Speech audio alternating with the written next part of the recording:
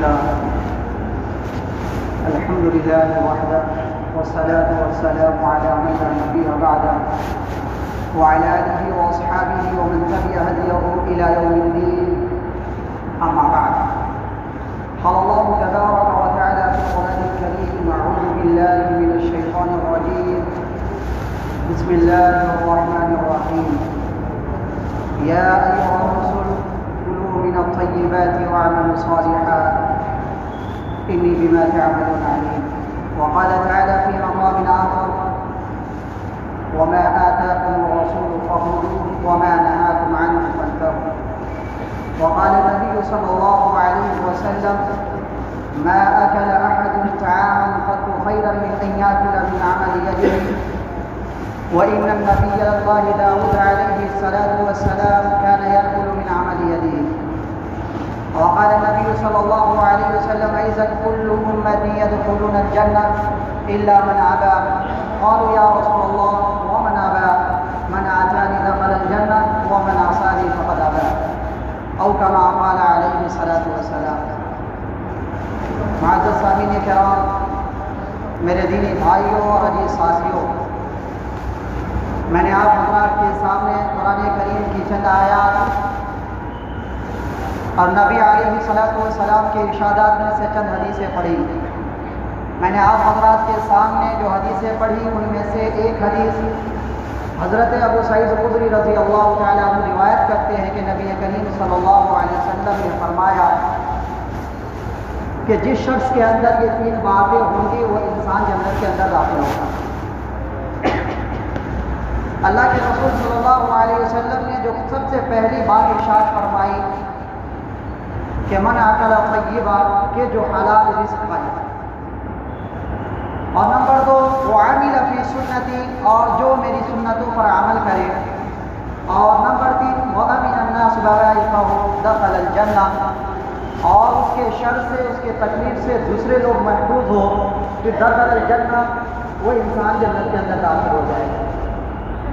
اس روایت سے یہ بات معلوم ہوئی کہ جس مرد و عورت کے اندر یہ تین باتیں ہوں گی وہ انسان جنت کے اندر داخل ہو جائے. لہذا ہم سبوں کو چاہیے کہ یہ کوشش کرے کہ ہماری زندگی میں یہ تین باتیں آ جائیں. میرے بھائیو، سب سے پہلی بات اللہ کے رسول نے جو فرمائی: من اکل طیبا، جو حلال رزق کھائے، طیب پاکیزہ رزق کھائے. یہاں پر آپ دیکھیں کہ اللہ کے رسول صلی اللہ علیہ وسلم نے یہ فرمایا من اکل طیبا، پاکیزہ رزق کھائے. یہاں پر اللہ کے رسول صلی اللہ علیہ وسلم نے یہ نہیں کہا کہ حلال رزق کھائے. لہذا اللہ کے رسول نے یہ فرمایا، اس کا مطلب یہ ہے کہ پاکیزہ کا مطلب یہ ہے کہ حرام تو ہو ہی نہیں، مشتبہ بھی نہ ہو، ایسی چیز جس کے اندر کنفیوژن نہ ہو، انسان کنفیوز نہ ہو کہ یہ حلال ہے یا حرام. اس سے بھی بچنے کو اللہ کے رسول صلی اللہ علیہ وسلم نے فرمایا کہ من اکل طیبا، جو حلال رزق کھائے. اور اللہ تعالیٰ اپنے محبوب انبیاء علیہ السلام کو مخاطب کرتے یہ فرماتے ہیں: یا ایھا الرسل کلوا من الطیبات واعملوا صالحا. اے رسولوں کی جماعت، اے پیغمبروں کی جماعت، حلال رزق کھاؤ اور نیک اعمال کرو. یہاں پر آپ دیکھیں کہ اللہ تعالیٰ نے اپنے انبیاء کو یہ کہا کہ حلال رزق کھاؤ، نیک اعمال کرو. یہ نہیں کہا کہ نیک اعمال کرو پھر حلال رزق کھاؤ. نہیں، شرط یہ ہے کہ پہلے حلال رزق کھاؤ. لہذا تم حلال رزق کھاؤ گے، اللہ رب العزت تمہیں نیک اعمال کرنے کی توفیق دے گا. جو حلال رزق کھائے گا اسے نیک اعمال کرنے کی توفیق ہوگی، اور جو حرام کھائے گا اسے نیک اعمال کرنے کی توفیق نہیں ہوگی. اور اللہ کے رسول صلی اللہ علیہ وسلم نے ایک مرتبہ فرمایا کہ ایک وقت ایسا آنے والا ہے کہ لوگ دعا کرے گا، اس کی دعائیں قبول نہیں ہوں گی. روئے گا، چلائے گا، لیکن اللہ رب العزت اس کی دعاؤں کو قبول نہیں کرے گا. صحابہ نے کہا کہ ایسا کیسے، کون لوگ ہوں گے جن کی دعاؤں کو قبول نہیں کریں گے؟ اللہ کے رسول نے فرمایا: ملبس و حرام، اس کے جسم پر جو کپڑا ہوگا وہ حرام کا ہوگا. ومشرب حرام، اور اس کے پیٹ میں جانے والا جو پانی اور کھانا ہوگا وہ بھی حرام کا ہوگا. فأين يستجاب لذلك، اس کی دعائیں کیسے قبول؟ تو دعا مانگنے سے پہلے ہم یہ نہیں دیکھتے ہیں کہ ہم حلال کھا رہے ہیں یا حرام کھا رہے ہیں، اور شکایت یہ کرتے ہیں کہ ہماری دعاؤں کو اللہ قبول کرتا ہی نہیں۔ شرط تو یہ ہے کہ اگر تم چاہتے ہو کہ تمہاری دعاؤں کو اللہ قبول کرے، تم حلال رزق کھاؤ، پھر اللہ تمہاری دعاؤں کو قبول کرے۔ تو اللہ کے رسول صلی اللہ علیہ وسلم نے فرمایا من اکل طیبا، جو حلال رزق کھائے۔ اور اللہ کے رسول صلی اللہ علیہ وسلم نے فرمایا کہ مشتبہ چیزوں سے، جس کے اندر انسان کنفیوز ہو، جس کو ڈیسائیڈ نہیں کر پائے کہ یہ حلال یا حرام ہے، اس سے بچنے کو بھی کہا گیا۔ اللہ کے رسول صلی اللہ علیہ وسلم نے فرمایا ان الحلال بین والحرام بین وبینہما مشتبہات، حلال بھی واضح ہے، حلال بھی کلیئر ہے، حرام بھی کلیئر ہے، واضح ہے، وبینہما مشتبہات، اور ان دونوں کے درمیان میں جو چیز ہے جس میں انسان کنفیوز ہو جاتا ہے کہ حلال یا حرام ہے، اس سے بچنے کو کہا گیا۔ فمن اتقى الشبہات، جس نے اپنے آپ کو شبہات سے بچا لیا، استبرأ لدینہ وعرضہ، اس نے اپنے دین کی حفاظت کی۔ ومن وقع فی الشبہات، اور جو شبہات کے اندر پڑ گیا، ان قریب ہے کہ وہ انسان حرام کے اندر مبتلا ہو جائے۔ اور اللہ کے رسول صلی اللہ علیہ وسلم نے مثال دے کر کے سمجھایا، جیسے کہ ایک بکری ہو اور چراگاہ کے قریب وہ چل رہی ہو، تو وہ بکری چلتے چلتے قریب ہے کہ وہ چراگاہ کے اندر داخل ہو جائے گی۔ ایسے ہی جب ایک انسان مشتبہ چیزوں کو کھاتا ہو اور وہ کھاتے کھاتے ایک وقت آئے گا کہ وہ حرام کے اندر مبتلا ہو جائے۔ اسلاف کے طریقہ کو دیکھیں، انبیاء علیہ السلام نے زندگی کیسے گزاری۔ حضور اکرم صلی اللہ علیہ وسلم ایک مرتبہ جا رہے، حضرت حسن رضی اللہ تعالیٰ عنہ ایک کھجور کے ٹکڑا اٹھا کر کے اپنے منہ میں رکھ دیا۔ اللہ کے رسول صلی اللہ علیہ وسلم نے اس کے منہ سے اس ٹکڑے کو نکلوایا اور امت کو پیغام دیا کہ اہل بیت کے لیے جائز نہیں ہے زکوٰۃ و صدقہ۔ انبیاء علیہ السلام کے جو رہنے گھر والے ہیں ان کے لیے جائز نہیں ہے، صرف حلال رزق کے علاوہ۔ اس لیے تو ان کی اولادیں فرما بردار ہوا کرتی تھی، اس لیے تو ان کی اولادیں دین پر چلا کرتی تھی، اس لیے تو ان کی بیویاں ان کے لیے چین و سکون ہوا کرتی تھی۔ لیکن آج جس طریقے سے مسلمان حرام کے اندر مبتلا ہو گیا، اس کے بعد دیکھیں کہ ان کی اولاد نافرمان بن گئی، ان کی بیوی چین و سکون کے بجائے ان کے لیے محال بن گئی، پریشان کرنے والی بن گئی۔ اب جب انسان کے جسم کے اندر حرام حکمہ جاتا ہے اور اس سے جو طاقت و قوت بنتی ہے، تو آپ بتائیں وہ طاقت و قوت کیسے قرآن کی تلاوت پر صرف ہوگی؟ وہ طاقت و قوت اللہ کے ذکر میں کیسے صرف ہوگی؟ اللہ کے احکام کو وہ طاقت و قوت کیسے قبول کرے گا؟ اس لیے اللہ کے رسول صلی اللہ علیہ وسلم نے فرمایا کہ حلال رزق کھاؤ، من اکل طیبا، حلال رزق کھاؤ۔ اور حلال رزق کے ذمے یہ بات یاد رکھ لیجیے کہ اسلام اپنے ماننے والوں کو کسب و عمل کی ترغیب دیتا ہے، اور اسلام میں رہبانیت کی کوئی گنجائش نہیں ہے۔ اسلام نکموں، کاہلوں اور بھکاریوں کو پسند نہیں کرتا ہے۔ اسلام اسے پسند کرتا ہے جو مزدوری کرتا ہے، جو محنت کرتا ہے، جو تجارت کرتا ہے، جو کاشتکاری کرتا ہے، اسے اسلام پسند کرتا ہے۔ اور اللہ کے رسول صلی اللہ علیہ وسلم نے یہ واضح کر دیا اس قرآن کے ذریعے، اس قرآن کی آیت کے ذریعے سے، وَإِذَا قُضِيَتِ الصَّلَاةُ فَانتَشِرُوا فِي الْأَرْضِ وَابْتَغُوا مِن فَضْلِ اللَّهِ وَاذْكُرُوا اللَّهَ كَثِيرًا لَعَلَّكُمْ تُفْلِحُونَ، کہ جب نماز پوری ہو چکے تم زمین کے اندر چلو پھرو اور خدا کے فضل کو تلاش کرو، رزق تلاش کرو، اور کثرت سے ذکر کیا کرو تاکہ تم کامیاب ہو۔ اب واضح طور پر یہاں بیان فرما دیا، اور بعض لوگ اپنی جہالت کی بنیاد پر یہ کہتے ہیں کہ اس آیت کا تعلق آخرت سے ہے، اس آیت کا تعلق دین سے ہے، اور یہ وہ لوگ کہتے ہیں جو رہبانیت کے اندر مبتلا ہے، جو انسان رہبانیت سے متاثر ہے، وہی یہ کہتا ہے کہ یہ آیت آخرت سے متعلق ہے، یہ آیت دین سے متعلق ہے، اور وہ یہ سمجھتے ہیں کہ روزہ، نماز، زکوٰۃ و صدقات، حج یہ عبادت ہے، اس کے علاوہ محنت، مزدوری، کاشتکاری، تجارت، یہ سارے کے سارے دنیا، یہ دین نہیں ہے۔ لیکن اسلام کا بہت بڑا احسان ہے اس امت کے اوپر، اس انسانیت کے اوپر کہ اسلام نے خود ساختہ حد بندی کو، خود ساختہ باؤنڈری کو اسلام نے گرا دیا۔ اور اسلام سے پہلے لوگ یہ سمجھتے تھے کہ عبادت گاہ کے اندر دین ہے، بازار کے اندر، دکان کے اندر، مکان کے اندر، تجارت کے اندر دین نہیں ہے بلکہ دنیا ہے۔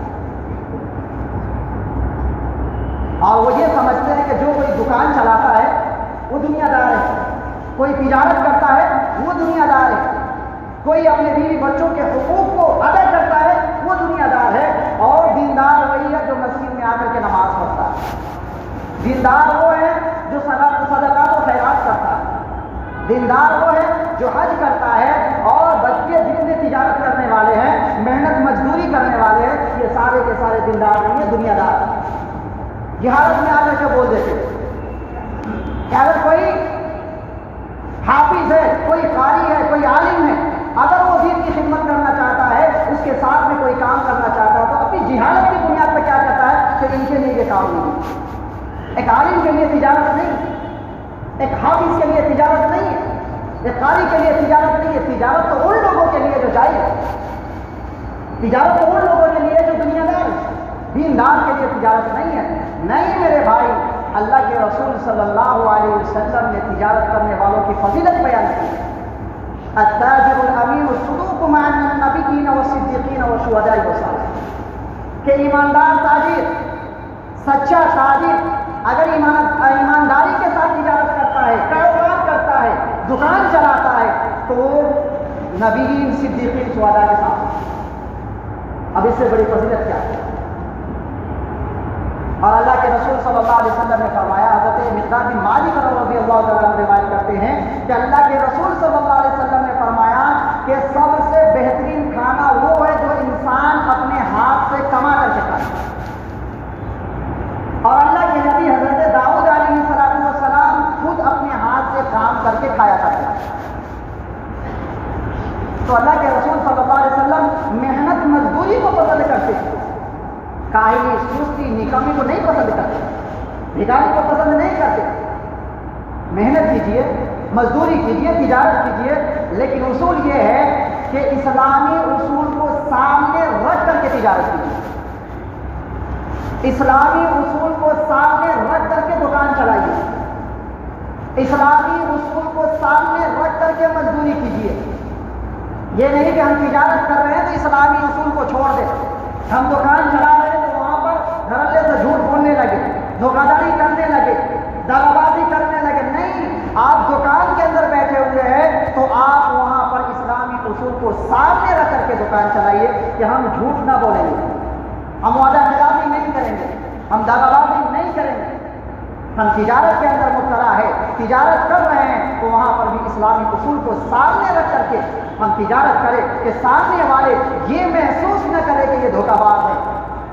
جب ہم جھوٹ نہیں بولیں گے، دغا بازی نہیں کریں گے، اسلامی اصول کو سامنے رکھ کر کے اپنی زندگی گزاریں گے تو وہ دکان بھی دین بن جائے گی، وہ تجارت بھی دین بن جائے گی، وہ جو ہم اپنے بیوی بچوں کے حقوق کو ادا کرتے ہیں یہ بھی دین بن جائے گا۔ اب ہم یہ کہتے ہیں کہ نماز روزہ ادا کرنے والے ہی دیندار ہیں۔ اگر آپ بتائیں کہ ایک انسان ہے جو نماز پڑھتا ہے، ایک انسان ہے جو روزہ رکھتا ہے، ایک انسان ہے جو صدقات و خیرات دیتا ہے، اس کے باوجود وہ انسان اللہ کے لیے نہیں کرتا ہے بلکہ دکھاوے کے لیے کرتا ہے، تو پھر یہ عبادت اس انسان کے لیے بزنس بن جاتا ہے، اور پھر یہ عبادت اس انسان کے آخرت کے لیے وبال بن جاتا ہے۔ تو اللہ کے رسول صلی اللہ علیہ وسلم نے فرمایا کہ تم محنت مزدوری بھی کیا کرو، اللہ کے رسول صلی اللہ علیہ وسلم اس کو پسند فرماتے ہیں۔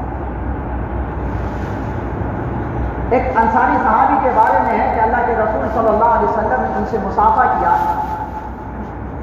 تو اللہ کے رسول صلی اللہ علیہ وسلم نے دیکھا کہ اس کے ہاتھ جو ہے نا سخت ہو چکے تھے۔ اللہ کے رسول صلی اللہ علیہ وسلم نے فرمایا کہ یہ کیا ہے؟ تو پتہ چلا کہ کام کرنے کی وجہ سے اس کے ہاتھ سخت ہو چکے ہیں۔ اللہ کے رسول نے فرمایا ہذہ ید لا تمسها النار، یہ وہ ہاتھ ہے جس کو جہنم کی آگ جلا نہیں سکتی۔ محنت مزدور صحابی جو ہے، اللہ کے رسول صلی اللہ علیہ وسلم خود محنت کرتے تھے، ہمیں اور آپ کو معلوم ہے کہ اللہ کے رسول صلی اللہ علیہ وسلم بکریاں چرایا کرتے تھے، اور کون ایسے صحابی ہیں جو تجارت نہیں کرتے تھے، کام کاج نہیں کرتے تھے، کام کرتے تھے، تجارت کرتے تھے، لیکن اصل سامنے دین کو رکھتے تھے، کاروبار کو سامنے نہیں رکھتے تھے، پہلے دین کو رکھتے تھے اور دین کے حساب سے وہ چلتے تھے، تجارت کرتے تھے، کاروبار کرتے تھے، دکان چلاتے تھے، تب تو جا کر کے وہ صحابی بنے۔ اور آج ہم دھڑلے سے یہ کہہ دیتے ہیں کہ تجارت کرنے والے دیندار نہیں، تجارت کو دین سمجھ کر کے ہم کریں گے تو انشاءاللہ تعالی اللہ رب العزت اس پر ہمیں ثواب عطا فرمائے گا، اور حلال رزق کی تلاش میں لگے رہیں، کیونکہ حلال رزق جب انسان نہیں کھاتا ہے اور حلال رزق کے ذریعے سے اپنے بچوں کی پرورش نہیں کرتا ہے تو آگے چل کر کے وہی اولاد نافرمان نکلے گی، اور آگے چل کر کے ہم روئیں گے، چلائیں گے کہ ہماری اولاد نافرمان ہو چکی ہے، ہماری اولاد بات نہیں مان رہی ہے، اور اصل جو وجہ ہے، اصل جو ریزن ہم اس کو نہیں دیکھتے ہیں کہ ہماری اولاد نافرمان کیوں بنی، ہماری اولاد باتوں کو کیوں نہیں مان رہی ہے۔ اصل وجہ یہ ہے کہ ہم نے اپنے بچوں کی جو پرورش کی ہے نا وہ حرام لقمے سے کی ہے، اس لیے ہمارے بچے نافرمان نہیں کرتے۔ بعض لوگ تو ایسے ہوتے ہیں بیٹھے رہتے ہیں اور بیٹھے رہتے سوچتے کہ کوئی کھلا دے، کوئی کھلا دے، اور یہ تمیز نہیں کرتے کہ سامنے والا جو کھانا کھلا رہا ہے حلال یا حرام، بس کھلا دے اور بیٹھے رہتے، ایک مرتبہ کھانا کھلا دے پھر انتظار میں رہتے ہیں کہ اگلی بار کھانا کھلا دے، لیکن تحقیق نہیں کرتے کہ یہ حلال ہے یا حرام۔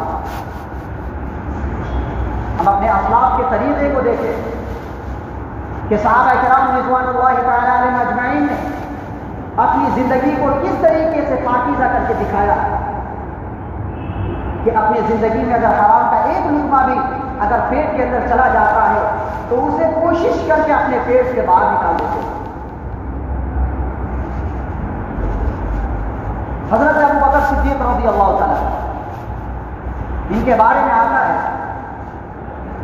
کہ یہ قید سے فاقہ گزار رہے تھے، فاقے میں تھے یہ، اور ان کا ایک غلام تھا جو زمانے جاہلیت میں پال نکالا کرتا تھا، تو اس نے ایک مرتبہ ایک آدمی کی پال نکالی اور بہت دنوں کے بعد اس نے اس کے بدلے میں غلام کو کھانا دیا، اور وہ کھانا لے کر کے وہ غلام حضرت ابو بکر صدیق رضی اللہ تعالیٰ عنہ کے پاس پہنچا۔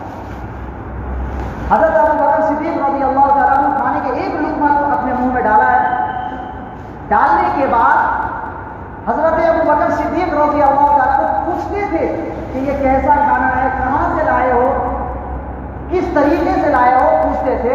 اس دن حضرت ابو بکر صدیق رضی اللہ تعالیٰ عنہ نے اپنے غلام سے نہیں پوچھا۔ غلام نے کہا کہ اے میرے حضور آپ تو ہمیشہ پوچھا کرتے تھے، آج کیا ہوا کہ آج آپ نے نہیں پوچھا؟ حضرت ابو بکر صدیق رضی اللہ تعالیٰ عنہ نے کہا کہ بتاؤ کہ یہ کیسا کھانا ہے، کہاں سے لائے ہو؟ وہ غلام کہتا ہے کہ ہم پہلے زمانے جاہلیت کے اندر پال نکالا کرتے تھے اور ایک آدمی کی پال نکالے تھے جس کے بدلے میں اس نے کھانا دیا، اور پہلے جو پال نکالتے تھے تو غیر اللہ سے مدد لیا کرتے تھے اور شرکیہ کفریہ الفاظ استعمال کر کے پال نکالا کرتے تھے۔ پھر حضرت ابو بکر صدیق رضی اللہ تعالیٰ عنہ پریشان ہو گئے کہ تو نے پہلے کیوں نہیں بتایا؟ اب حضرت ابو بکر صدیق رضی اللہ تعالیٰ عنہ اپنے منہ میں انگلی ڈال کر کے اس لقمے کو نکالنے کی کوشش کرتے ہیں کہ کسی طریقے سے میرے پیٹ سے باہر وہ لقمہ آ جائے، کوشش کر رہے ہیں کہ کسی طریقے سے قید ہو جائے۔ اب انسان کو قید کب ہوتا ہے؟ جب انسان پیٹ بھر کر کے کھایا ہوتا ہے، وہ تو پیٹ خالی ہے، اس کے اندر کچھ بھی نہیں ہے۔ حضرت ابو بکر صدیق کوشش کر رہے ہیں، پانی ڈال رہے ہیں، انگلی ڈال کر کے اس کو نکالنے کی کوشش کر رہے ہیں، پریشان ہیں۔ ایک شخص کہتا ہے حضرت ابو بکر صدیق رضی اللہ تعالیٰ عنہ سے کہ آپ کیوں پریشان ہیں؟ آپ کو انجانے میں کی، آپ کو معلوم نہیں ہے اس کے بارے میں، آپ کیوں ایسے کر رہے ہیں؟ حضرت ابو بکر صدیق رضی اللہ تعالیٰ عنہ نے کہا کہ جب تک کہ یہ لقمہ میرے پیٹ سے باہر نہیں نکلا اس وقت تک کہ میں اسے چھوڑوں گا نہیں۔ کہا ایسا کیوں کر رہے ہیں؟ حضرت ابو بکر صدیق رضی اللہ تعالیٰ عنہ نے کہا کل جسد نبت من سوء فالنار اولى کہ ہر وہ جسم جو حرام لقمہ سے پرورش پاتا ہے وہ جہنم کا زیادہ حقدار ہے۔ اور ابو بکر یہ نہیں نہیں چاہتا کہ ابو بکر کے جسم کا کوئی بھی حصہ جہنم کے آگ کا حقدار بن جائے۔ بتائیے ایک لقمہ سے ہم پوری زندگی میں حرام کھا کر کے کیا بن چکے ہیں؟ تمیز بھی نہیں کرتے، کام کرتے ہیں اور جھوٹ بول دیتے ہیں، جھوٹی قسم کا دکان چلا رہے ہیں، بیٹھے ہوئے جھوٹی قسم کھا رہے ہیں، اپنے سامان کو بیچ رہے ہیں۔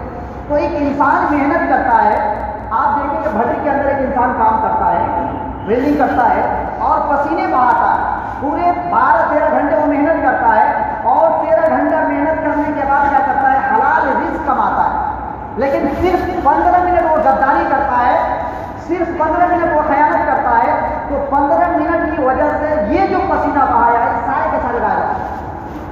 کیوں؟ یہ وہ جو حلال رزق کما رہا تھا اس کے اندر حرام کو کیا ہے؟ ملا دیا ہے، جس کی وجہ سے اب یہ بیکار ہو۔ ایسے ہی ہے جیسے کہ انسان ایک بالٹی میں دودھ رکھتا ہے اور اس بالٹی کے اندر صرف ایک قطرہ پیشاب ڈال دیتا ہے، کیا وہ دودھ کو کیونکہ وہ دودھ بیکار ہو گیا ہے۔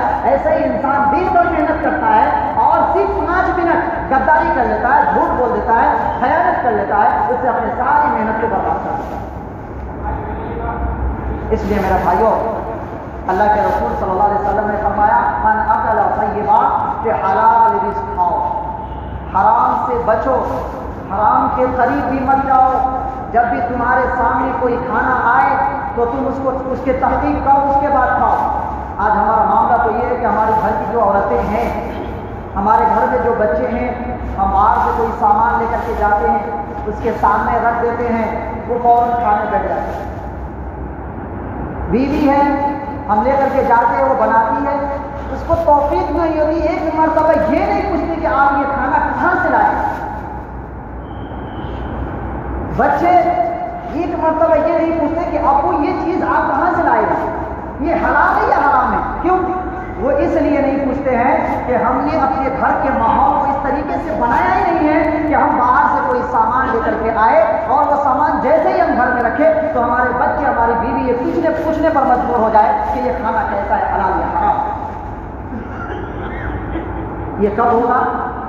جب ہم اپنے بچوں کو حلال رزق سے کیا تربیت کریں گے، تب جا کر کے ہمارے بچے دیندار بنیں گے، تب ہمارے بچے فرمانبردار بنیں گے۔ ورنہ میرے بھائی ایسے ہی ہم زندگی گزار کر کے چلے جائیں گے، حرام کے اندر اپنی زندگی کو گزار کر کے چلے جائیں گے اور نماز روزے پڑھتے چلے جائیے اور اللہ سے دعا کرتے چلے جائیے اور ہم اس غلط فہمی کے اندر کہ اللہ کو قبول کر رہا ہے، لیکن نہیں میرے بھائی، آپ دعا مانگنے سے پہلے دیکھیے کہ ہمارے جسم پر جو کپڑا ہے وہ کپڑا حلال ہے یا حرام ہے۔ ہمارے پیٹ کے اندر جو لقمہ ہے وہ لقمہ میں حلال طریقے سے کمایا ہوں یا حرام طریقے سے کمایا ہوں۔ ہم جس چھت کے اندر رہ رہے ہیں، جس چھت کے نیچے رہ رہے ہیں، ہم دیکھیں کہ اس چھت کو ہم نے کس طریقے سے بنایا ہے، حلال طریقے سے بنایا ہے یا حرام طریقے سے بنایا ہے۔ جب ان ساری چیزوں کو ہم دیکھ کر کے اپنی زندگی گزاریں گے تو انشاءاللہ تعالی ہماری تجارت بھی دین بن جائے گی، ہمارے دکان بھی دین بن جائیں گے، ہمارے جو ہم اپنے بیوی بچوں کے حقوق ادا کرتے ہیں وہ بھی دین بن جائیں گے۔ لیکن اگر حرام طریقے سے ہم اپنی زندگی کو گزاریں گے، حرام لقمے کے ذریعے سے ہم اپنے بچوں کی پرورش کریں گے، ہم اپنے بیوی بچوں کو وہی رزق حرام رزق کھلائیں گے، تو یاد رکھیے کہ آگے چل کر کے ہم اس کو بھگتنے کے لیے تیار ہیں۔ دنیا میں تو خود پریشان ہوں گے، لیکن آخرت میں بھی اس کا آپ کو بدلہ دینا ہی پڑے گا، آپ کو اس کے لیے تیار ہونا ہی پڑے گا دنیا کے اندر۔ اس لیے دعا کریں کہ اللہ رب العزت ہم سبوں کو حلال رزق کمانے کی توفیق عطا فرمائے، ہم سبوں کو حلال رزق کے ذریعے سے اپنی اولاد کی تربیت کرنے کی توفیق عطا فرمائے۔ آمین۔ وآخر دعوانا الحمد للہ۔